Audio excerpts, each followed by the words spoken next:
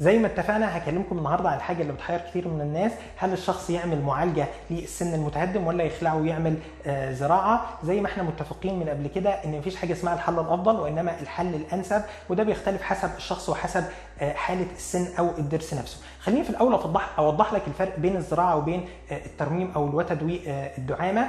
احنا ليه بنضطر ان احنا نعمل وتد او دعامه او مسمار في السن؟ لان احنا بعد ما بننظف التسوس، احيانا التسوس بيكون واكل معظم جدران السن، فبعد ما بننظف التسوس ونشيله كله فما بيكونش فيه القدر الكافي من السن بحيث ان الحشوه تمسك فيه، فوقتها احنا بنضطر ان احنا نخلق جدار جديد بنثبته في الجدر نفسه بحيث ان الحشوه تمسك في الجدار الجديد اللي احنا عملناه وتكون تعتبر كجزء من السن.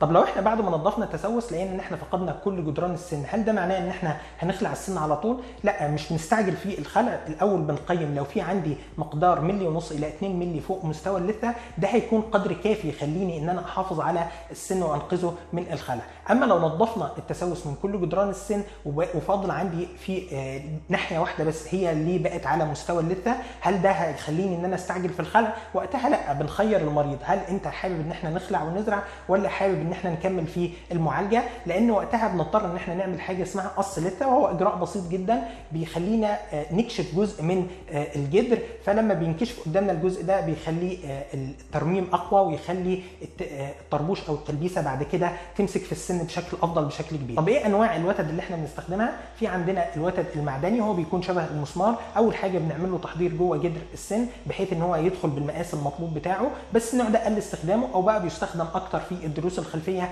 وده عشان لونه المعدني بيدي احيانا لون رصاصي او جراي في الاسنان الاماميه. تاني نوع اللي احنا بنستبدله في النوع المعدني وهو نوع الفايبر بوست او الوتد الزجاجي، وده ميزته ان هو بيكون شفاف او بلون الاسنان، فده بيكون مفيد جدا في حاله الاسنان الاماميه، بالاضافه لقوه التحامه والتصاقه مع جدران السن الداخليه، فيعتبر بيكون جزء من السن، فده بيدي صلابه وقوه اكبر للسن. اخر نوع الوتد المعدني الصب، وده بعد ما بنعمل تحضير للجدر بناخد مقاسه وبنبعته المعمل فبيفصل لنا او يصب لنا وتد مخصص للضرس او السن ده، بس النوع ده قل استخدامه كتير لان خطواته كتيره وبقى ممكن نعوضه باي نوع من الانواع اللي احنا قلناها.